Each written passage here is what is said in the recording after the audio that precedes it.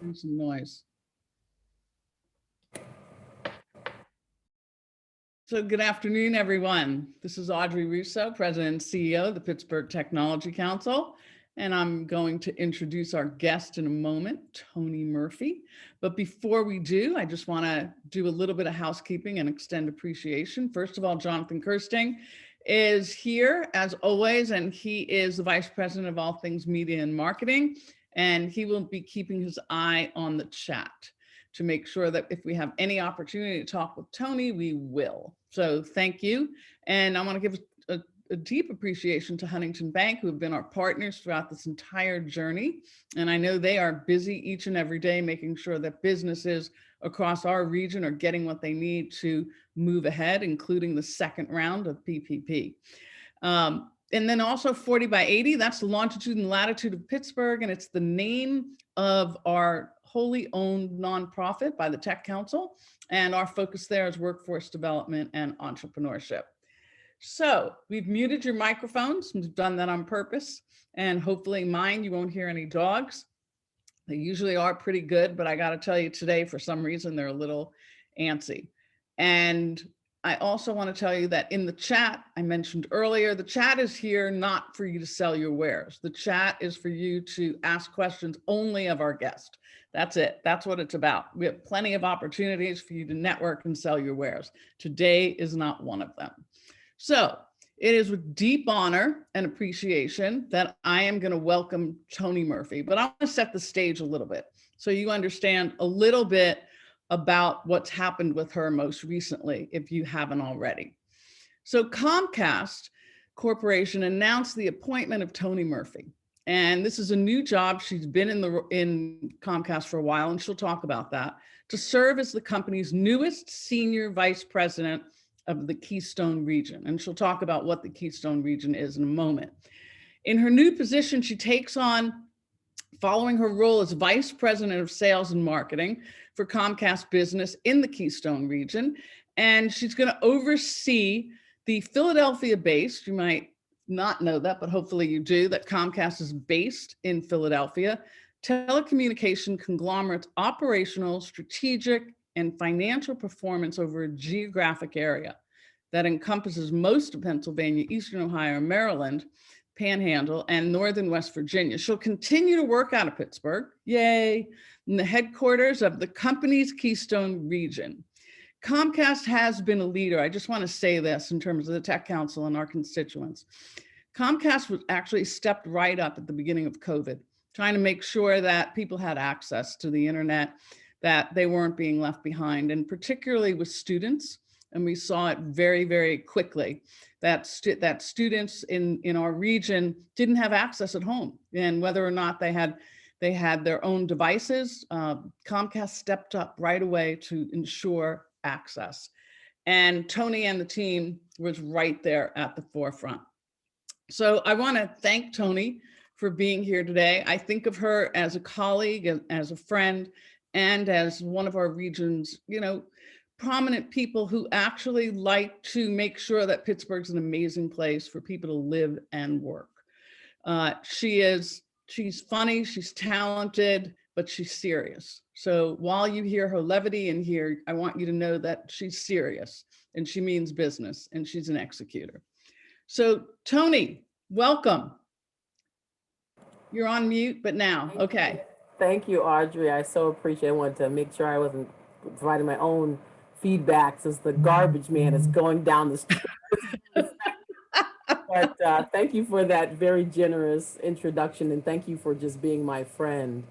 I think I met you probably, like 3 days into coming to Pittsburgh, and you've been a great champion of this city. I love the Tech Council and just glad to be here.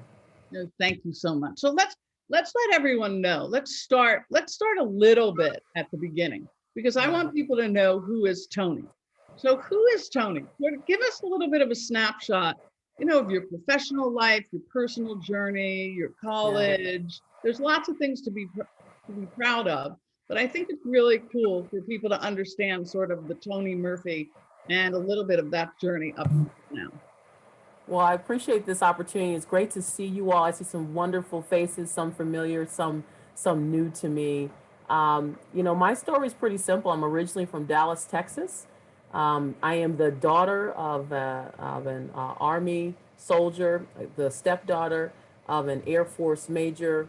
And, there you go. Edward likes that. And so, super grateful for hardworking parents. I grew up actually in Boston, Massachusetts. My stepfather got a new job working on the Big Dig project. For anybody who knows what that means, Oh, moved the highway infrastructure underground. We thought we'd be in Boston for 3 or 4 years. That turned into a lifetime. So grew up there, went to Princeton undergrad, studied French and economics. I think I thought I was going to work for the IMF or some oh, financial institution in Europe, but then actually went to Wall Street right after school. And I went there because I had so many loans that I didn't have a way to pay them off. And I loved it. I actually went and worked at UBS Warburg in the cable sector. That was the part of the business I focused on. So wow. Comcast was a client, and did that for a few years. Went into private equity out in LA, but basically lived in Europe for a good portion of that time, working on media and technology transactions in North Africa and in Europe. But after a while, my company was about to open up a European office. My mom said, "No way, you can't go there. I'll never see you again, and you won't have children." So she said, "Find a different path," and that's when I went knocking at the door of some folks I knew at Comcast, and I actually came to our internal M&A organization out of Philadelphia. And so I've been at Comcast 12 years. Over that time frame, I've lived in Philadelphia, Chicago, San Francisco, and now Pittsburgh. It's been an amazing journey. I've worked in so many different disciplines. I'm the resident unicorn at the company, where I've kind of gone through different areas and of every function, and just rounding out my skill set. And it's been a really, really fun journey. On the personal side, I'm married to my husband, Craig. I have 3 children. We live in the South Hills. I sing jazz for fun, so I don't do it here in Pittsburgh, but I love going to Con Alma on the weekends to listen to their jazz sets, and I'm the youngest of 7 kids. It's probably the other thing I would say. I always had to get my voice heard, so that's why I think I get a lot of confidence. When you're the last of 7 kids, you're used to yelling to get that last piece of cake on the table. You're also actually the youngest person who has been in this role in Yeah. Comcast. Yeah, so I'm so grateful for this journey. I never thought I would be here, especially at this age. Certainly, I am a millennial, as you all know that about me. And so to be grateful to have a seat at this table is amazing. And also, this is the first time I believe it's the first time we've had an African-American woman Okay. in capacity at the company. So I'm glad to be able to bust through some glass or concrete ceilings, Concrete. and to create room for everyone else. So thank you for that. But that you mentioned something. One time we had you on the show, and you actually on our radio show, and I asked if you could sing. And there is a little bit of tell us about your history in terms of singing. Like, you appeared on something. Well, so in college, I sang. There was a chamber choir that I sang in every Sunday. It was the president's church service. I sang in my own gospel choir. I have tried out for American Idol. I did get through the initial rounds. I did make it to Hollywood, and didn't make it to what you saw on television, but that was back in 2003.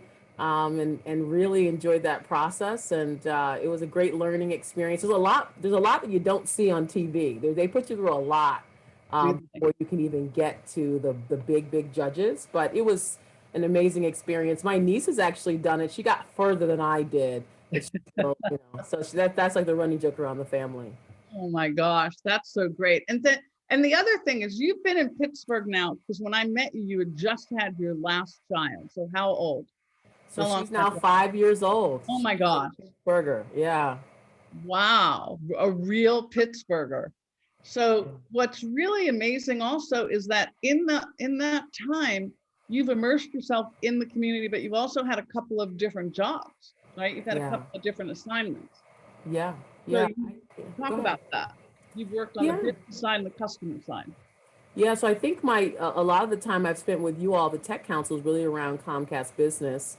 That is one of our fastest growing business segments, even till today, providing both a small business, your mom and pop stores and pizza shops, providing them with best in class internet service, as well as our large enterprise grade customers who need managed services and multi site connectivity.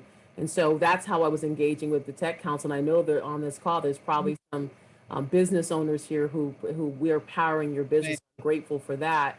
And prior to that, I was also responsible for customer experience. So, I think everyone knows that Comcast has been on I would say a 5-year journey of improving the customer experience, making sure that the customer experience is our absolute best product. So in that capacity, I was working on our operational effectiveness, launching the Net Promoter System. We have it both internally with our existing employees, and we also do Net Promoter from a customer perspective. So understanding the pain points, and it's actually led to some incredible innovation that hopefully you all are experiencing at home and at work. Yeah. You also in these short 5 years, you've actually stepped up to be, I mean, you've won some awards and lots of recognitions, including Athena, the young Athena, which is not an easy thing to nab. Now that the Tech Council is hosting, and I can see behind the scenes, it's not an easy award to nab. But you have been an active, you've used what I like to call civic muscle pretty regularly, and you've made yourself available by getting engaged and being not outspoken, but really having a powerful voice on the things that matter. And that includes women, youth, leadership, access, equity. So what are let's talk about, Toni, from the seat that you have Yeah. as a Black young woman now who's leading the region. What should we be doing? What do you like that you see? What perhaps do we need to change? Yeah. I'll just say this. First, thank you. I want to acknowledge, thank God for the Tech Council taking on Athena. I think you guys did a great job this year. I was grateful to be a part of the selection committee, and I'm really proud of the women that we selected this year. Fantastic, dynamic women. I'll just say, for me, look, I live a purpose-driven life, and I do believe that in my life, I'm here to be a vessel for some other generation of people, and those people come in different shades, colors, genders, journeys. And what I've always loved about Pittsburgh, I have lived in probably every major U.S. city over the course of my career for some point Right. or another. What I think is uniquely distinct about Pittsburgh is the public-private partnership. I don't think it gets enough attention. I don't think that it's something we talk about enough as a collective.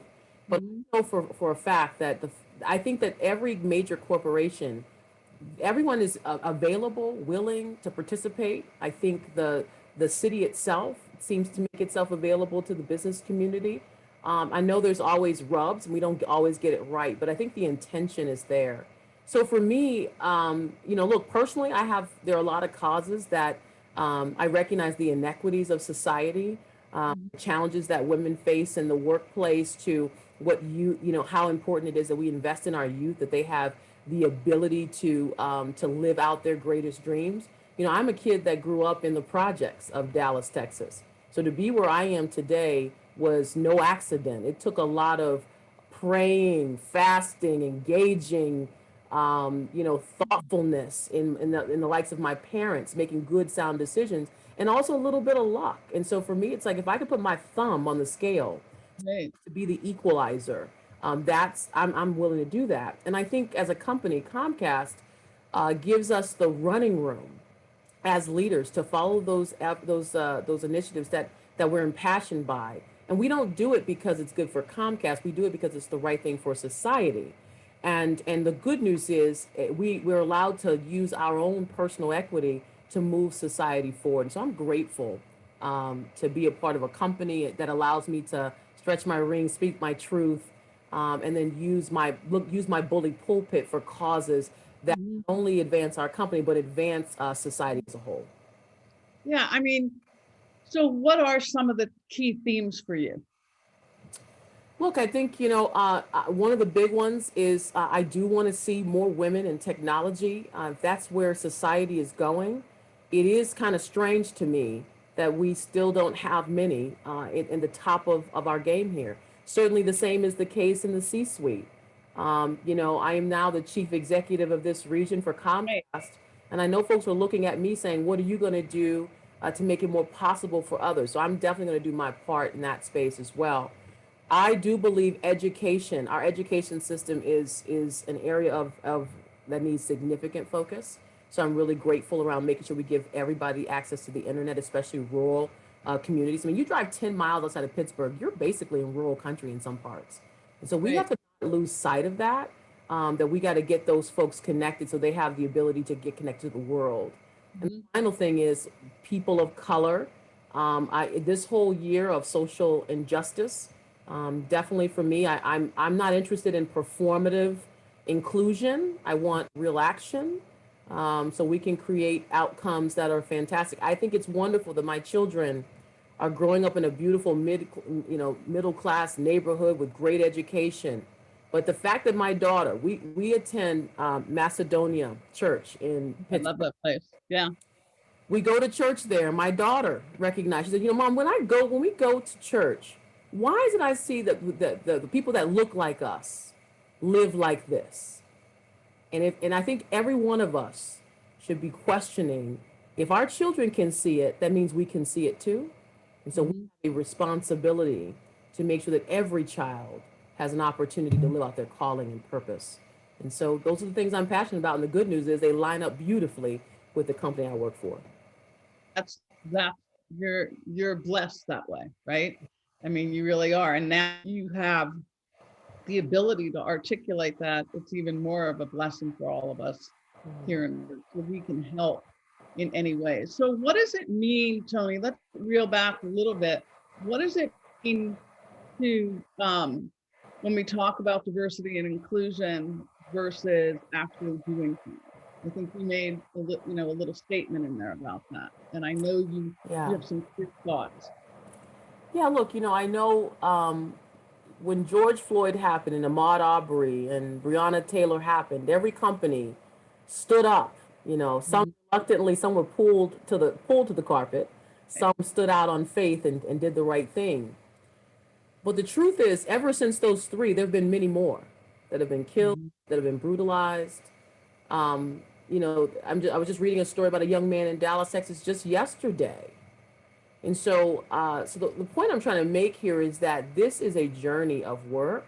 Mhm. We have to be conscious of our own mental fatigue, and we also got to make sure we're not in the space of what I call performative Right. inclusion. That's what I wanted to talk Stand about. up and we say the right things when the crowds are looking.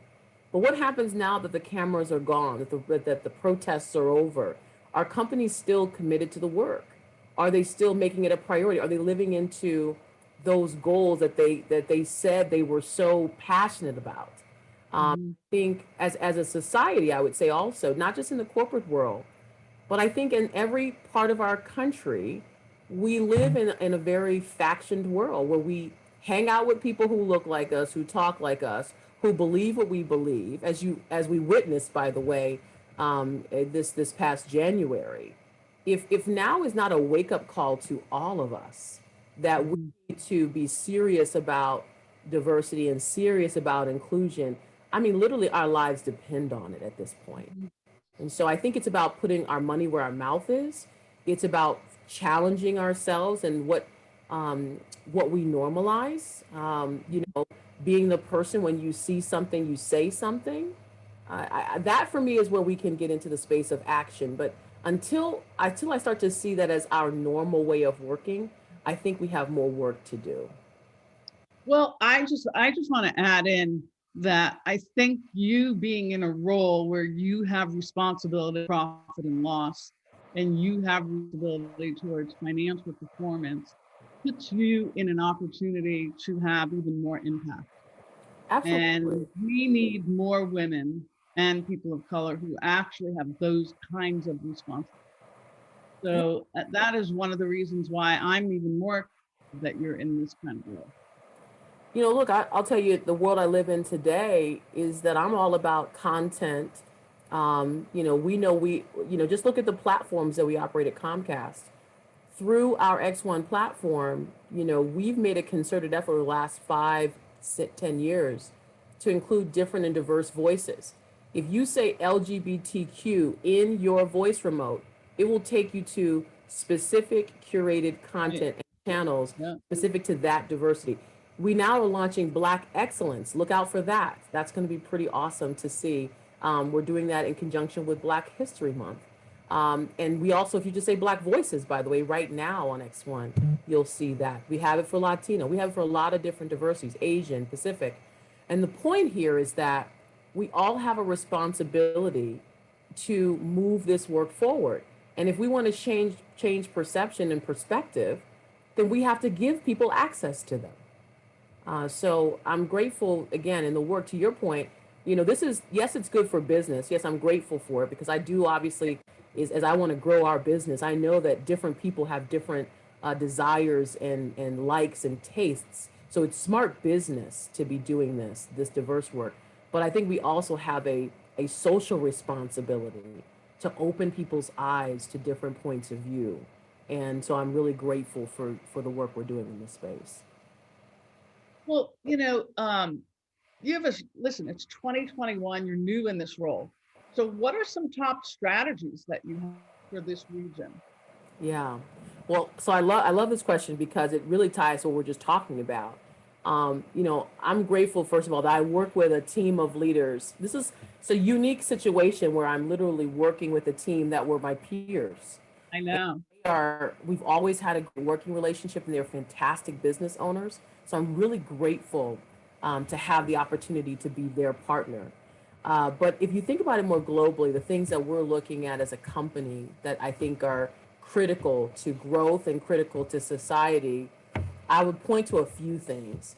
The first being, we've been on this big journey around providing network connectivity to those who don't have access. We've spent upwards of $20 to $30 million in extending our network and plant, particularly in rural.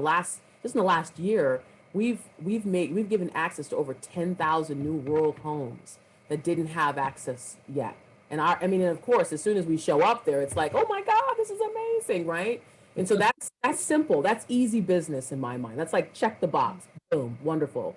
So really excited about that. We're going to continue to make investments all across those geographies that you mentioned, and they're just going to keep coming. So I'm really excited about that as a big charter. The second is, I think you all know that we have been, Internet Essentials is our dedicated internet service for those folks who qualify for low income support. And this year, we've doubled down in that space. We knew that because of COVID, because of all of the stories we've heard around unemployment and people needing stimulus, that we needed to double down in that space. Well, we're continuing that commitment into 21, and I'm really excited about how that's reaching communities that we serve. You should also know that we've launched what we call Comcast Rise. This is a program that came out of the whole effort. I think you all know we as a company committed $100 million to diversity, equity, and inclusion. And Comcast Rise is all about, it's an initiative that's a multi-year initiative to use our platforms and our media to fight injustice. And last month, we've been giving we've announced some recipients who will be able to, take advantage of production services, consulting services, sometimes upgrading their spaces to make sure that their business is thriving. And we have 8 winners in the Pittsburgh area that you'll be hearing more about. So really excited about that. We're going to continue. More companies, by the way, we want applications, right? So diverse businesses that want our support, we should be amplifying that. And then the last thing I would just mention is we have a focus on what we call lift zones. So to couple with Internet Essentials, so now you have access at home.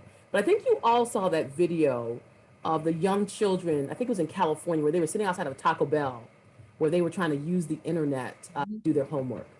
Well, that sort of gave rise to a question around how do we create sort of community centers that have access to Comcast Wi-Fi.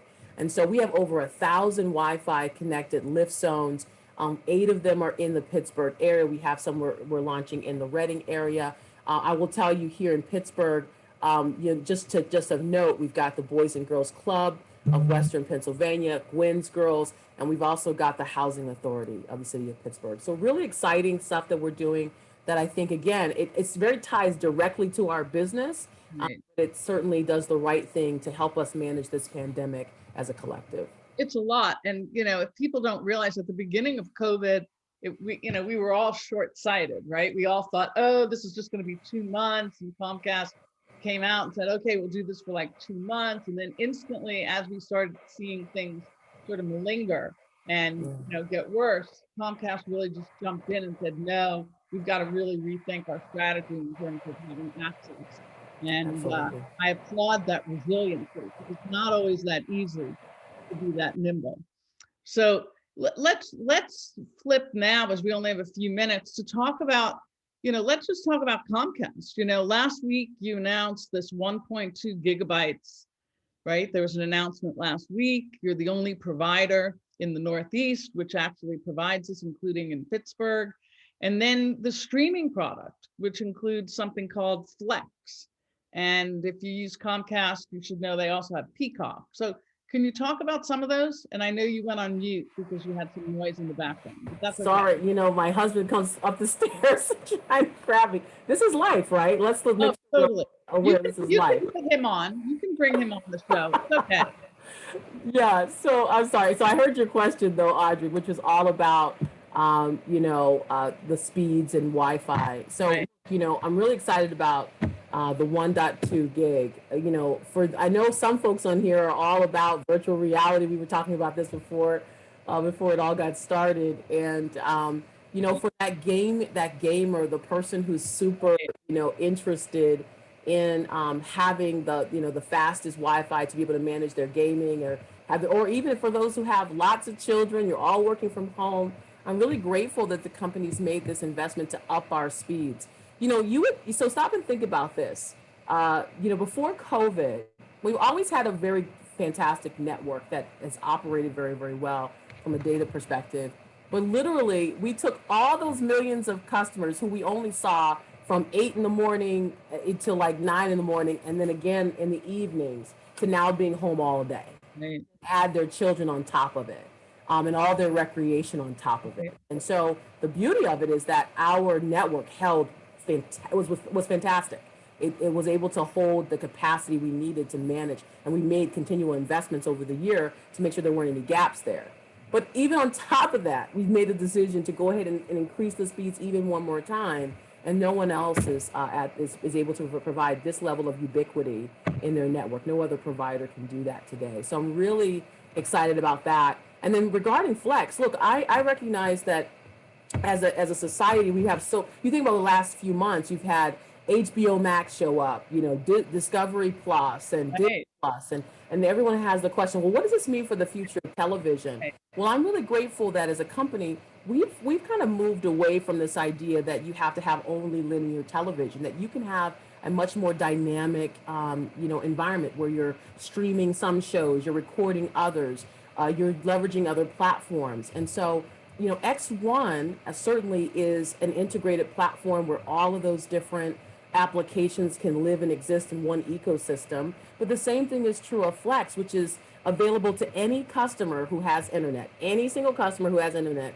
can get Flex. And then Flex just basically gives you the ability to have access to great content and do it in a way that feels, organic to you, where you're untethered necessarily to linear television as we understand it today. So, again, we're as a company, we've been always about innovation, and I certainly think that we've done our part in a meaningful way to give people the best technology, even during a pandemic. And so here's just one last question, I think.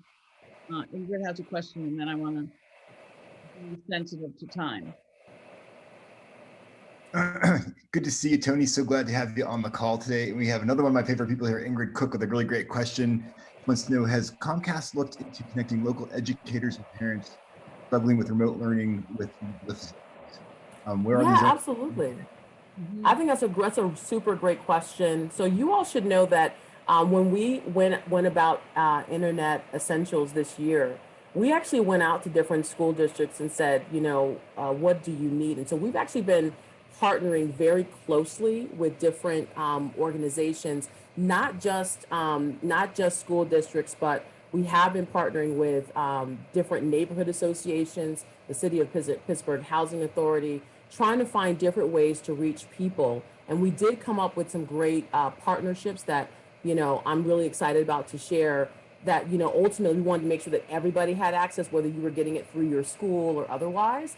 So yes, that's been our commitment. It's going to continue to be our commitment, is to partner with all these different organizations to make sure that their students have access to internet. So what a treat being able to spend just a little bit of our lunchtime with you, Toni. I personally am so proud of you, having watched what you've done. I'm thrilled that you're staying here in Pittsburgh, and I'm thrilled at your leadership. If you can't tell, Toni is authentic. She's going to tell you what's on her mind, but she's going to do it in a way that's focusing on outcomes and problem solving. So Toni Murphy, congratulations to all that you've done. Thank you for joining us. Thank you for just being an incredible partner and friend to so many of us. And we look forward to 2021. We really do. Thank you so much for having me. I look forward to continuing the partnership with you all, and I wish you all well and safety. And if there's anything you need from me, you know where to find me. Absolutely. So I want to, Jonathan, what do we have tomorrow? Well, tomorrow is all about electric vehicles with Lion Electric. So we're very excited to talk to these folks tomorrow. Absolutely. Oh no, Brian is saying that's not correct. Brian is shaking his head. So Brian, sorry, tomorrow's Vibrant Pittsburgh. I'm one step ahead. I'm always working one step ahead. I apologize. It's Vibrant Pittsburgh tomorrow, talking about actually continuing much of our conversation today into tomorrow. So, and then the day after is Lion Electric, because I can't tell what day of the week is anymore either, Audrey. It's getting kind of bad. Okay, that's great. Thank you, Brian, for catching that. We'll see all of you. Thank you so much, Comcast. Thank you, Toni. You can now enjoy the noise in your background in your home and give your family our best. Thanks, everyone. Thanks, everybody. Thank you.